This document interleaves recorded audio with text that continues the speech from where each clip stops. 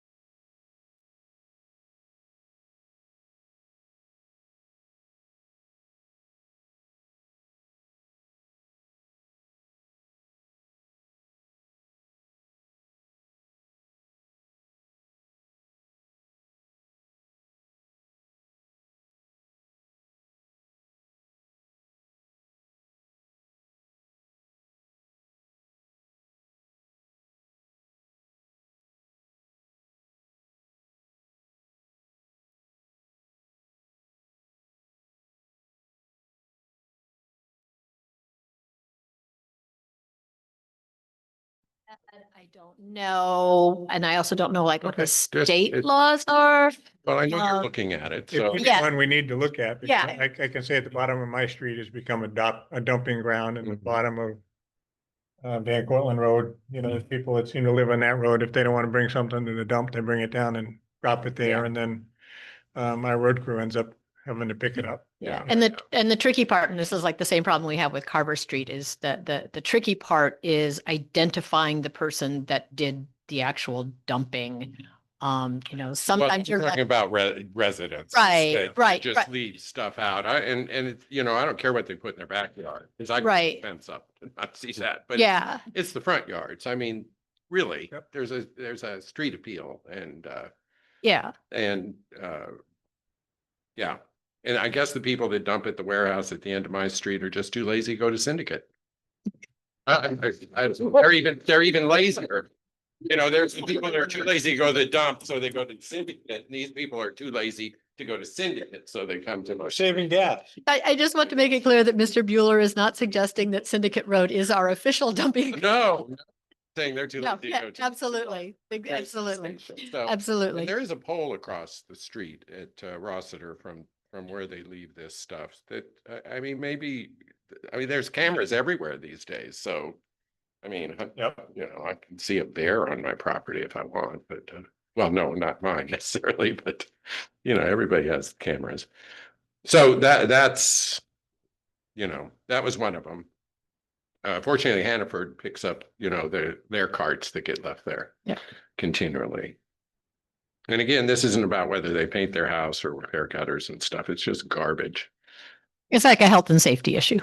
Yeah, Or- please. And sorry to interrupt, Brent, and know that like if there's ever any concerns about health or safety things, please do call Larry. I mean, he can determine whether or not a report, whether there's more that can be done Okay. for the town. I haven't from the seen town's end. rats. So Yeah. Okay, the next thing is about, and maybe this was just a rumor that there might be a four-way stop now at Park Street in Marble. Instead of this ridiculous, you can go straight coming from Marble I'll try to answer onto that. High Street. It was discussed. And my recollection of it was that the people that live right along there weren't in favor of having the big trucks come to a full stop and then starting again and it'd be louder. But it was something that we were talking about in our traffic and our signage. Ralph and I were assigned to work with the PD and Seth on all of the different road signage. What else were we looking at there? Is it just road signs? Street? Yeah, And- updating the stop and. Yeah, road and we signs. got started on that, and that's when we had the rash of law officers leave.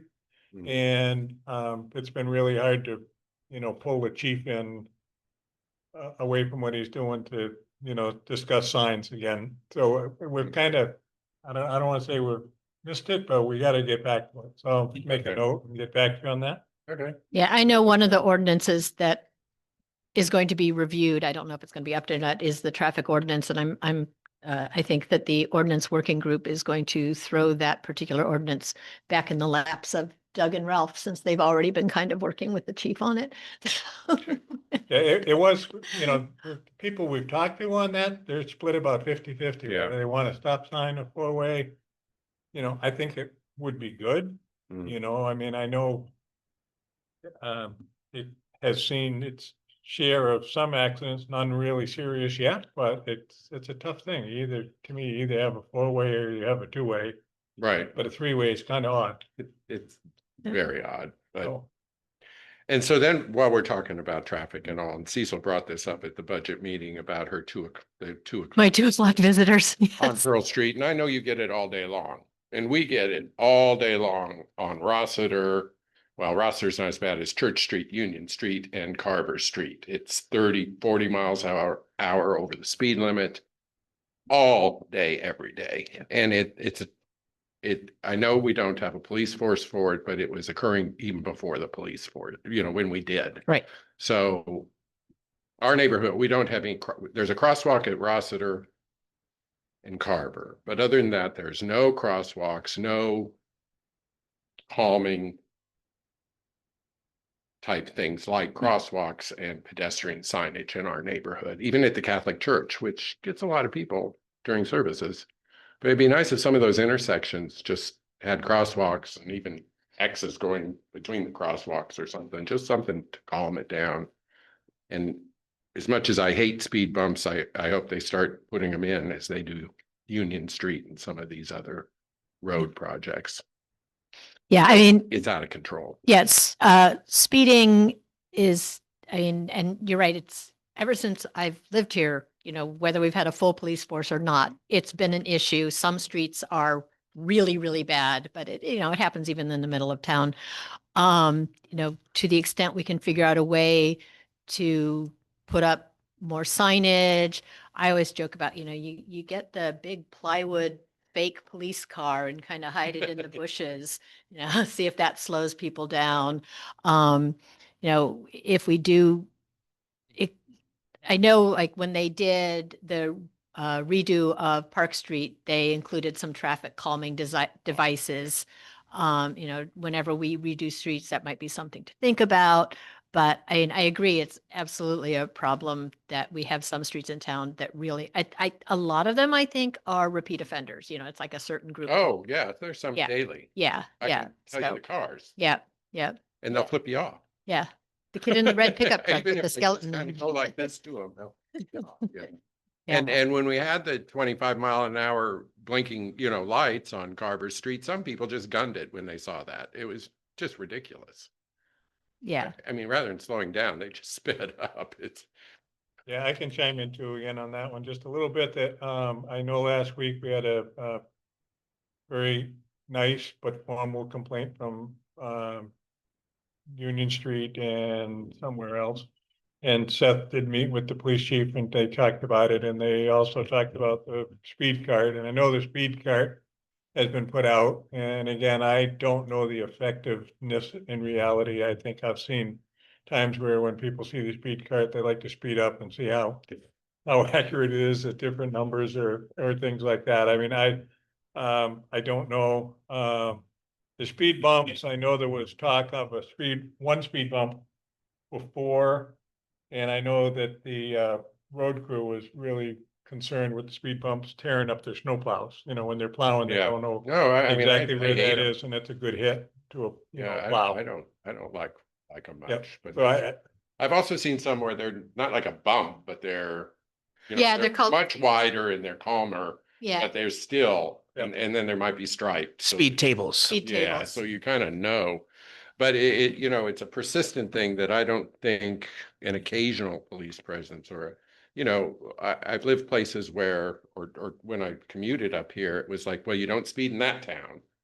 You better mind the speed limit. It'd be nice if we had that reputation that, you know, if you're gonna go through Brandon, slow down. a possible, you know, thing could be us talking to the sheriff's department, to see if we get some sheriffs doing speed control. We'd have to pay for it, Mhm. but have been under budget on our police department due to lack of officers. And I know when we talked to them about doing some coverage for us, they said they were also shorthanded and probably could not do it.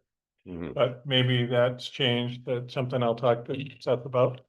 And the hope is that, you know, as we reconstitute the department, that directed patrols will be something that could be folded back Right, into right. what Well, we do. that'd be lovely. You know, yeah, right now it's, you know, sort of critical, Yeah, handling the calls from the weekend, but as we get to yeah. adding the, you know, when we're officers, adding 33% more people, you know, to provide Right. some of those directed services. Yeah, yeah. I mean, I have a friend who just moved from Franklin Street to Carver Street, and he said it was much safer for his family, his kids on Franklin Street, Interesting. because it has a median and it has, you know, so speaking of medians, this was another comment you made about parking on sidewalks on Carver Street.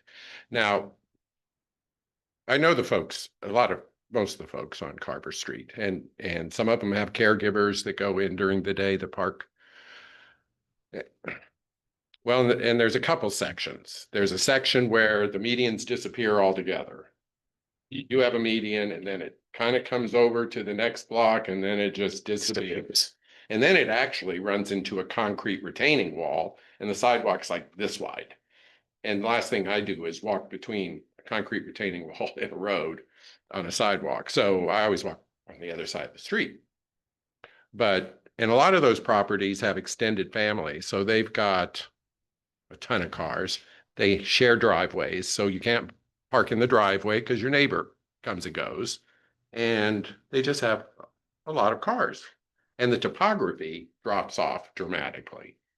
So it's quite a slope there. And the same thing is true as you go up south on Carver Street towards that end. Some of those front yards are all parking and they still have more cars than they can put there. And the topography drops off dramatically. So, I mean, I'd love nothing more than people to park on the street, move off the sidewalk, because the only time people don't speed in the neighborhood is when the UPS and FedEx truck come by and actually block the road. They slow down so that the opposing traffic, but Well, somebody who lives there, Brent, you bring, I live on Carver, full disclosure, I'm one of those people that enjoys the median, yeah, but maybe we can direct our highway department to at the very least paint the sidewalk on that part. So there's at least there's some kind of delineation, and perhaps it'll provide an opportunity for the folks that do end up with their tire on the sidewalk to be at least to the road side of the white stripe that would be the sidewalk if there was a median, and that would get the car out a little bit into the road and act as a traffic calming. well, and you're it- right at the hill. You're right at that hill before it goes down to the Catholic Church, and they come flying over that thing, and it's a blind hill, really. I mean, I've been almost been taken out a couple times with cars coming over it, because I have a house next to that concrete retaining wall, as you know. So once they move out into the street, that would be, that'd be very interesting. Be very calming because you're going to create a real bottleneck there. So, we don't have that trouble on Maple Street as much. High Street, they're very It's tight. very tight. Yeah, you slow down. And so anyway, that's Yeah, and I mean, it's the problem, especially with Carver Street, is because it's such a narrow street and because there is parking on both sides of the street, it does, if you actually park on the street and not on the sidewalk, there are a couple of places where it does. I mean, two cars in theory can still pass, but only if they're going slowly and paying attention to each other. which is- yeah, and- or a side. But at the same time, Yeah. it does provide for traffic calming. I do know that Mr. Hopkins has talked to the highway department about striping. My understanding is that the striping machine is broken. But they have been talking about striping the new sidewalk, the edge of the new sidewalk up on Seminary, and striping the edge of the new sidewalk on Carver, just trying to make it more clear that it's a sidewalk. My main concern, and the concern that had been voiced before, is there are a number of people who live on Carver or commute, go back and forth, pedestrians and people in mobility devices. And there's a couple of sections where there's always a car on the sidewalk and they have to go out into the street and people go fast on that I'm not street. denying it. And so it's like, I'm not denying it but I- because they have the topography, they Yep. drops off slow in the back of their houses, they share driveways, and they have multiple family members. Some Yeah. people have 6 cars.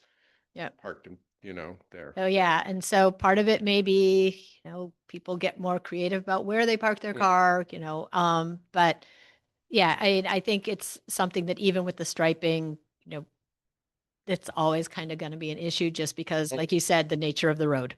Definitely do, so- but the comment was made. Now, Yeah. West Seminary has a distinctive curve almost, it seems. Parts of on it do, parts of it. parts of it not so On parts much, of it. but So yeah, it's, and I used to walk on West Seminary too when I Yeah. lived over there, and it was.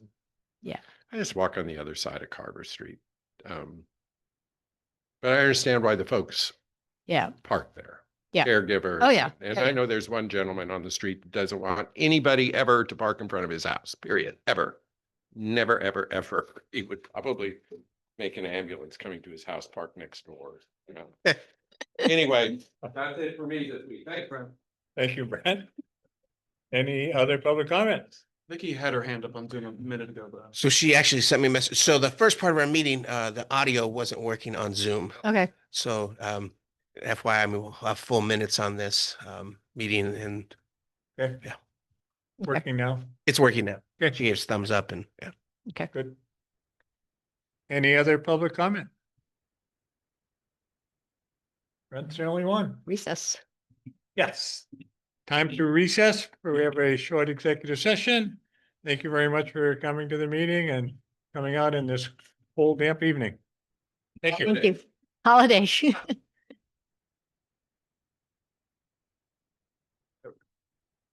Thank you all. Thank you. I think my mouse is dead. Yeah. I got a quarter second to use that. Can you get Oh, it? the battery. Is it the Yeah. battery? I think so. We should put a little camper down here.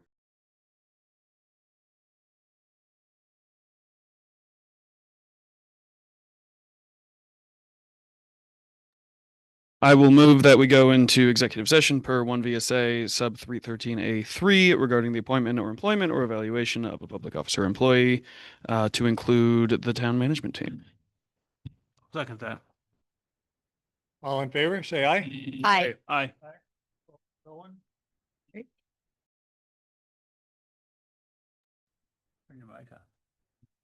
I will move that we exit executive session at 7:37 PM. No action taken. I'll second that motion. All in favor of coming out of executive session, please say aye. Aye. So we are out of executive session, no action taken. I'm gonna make the motion, we adjourn.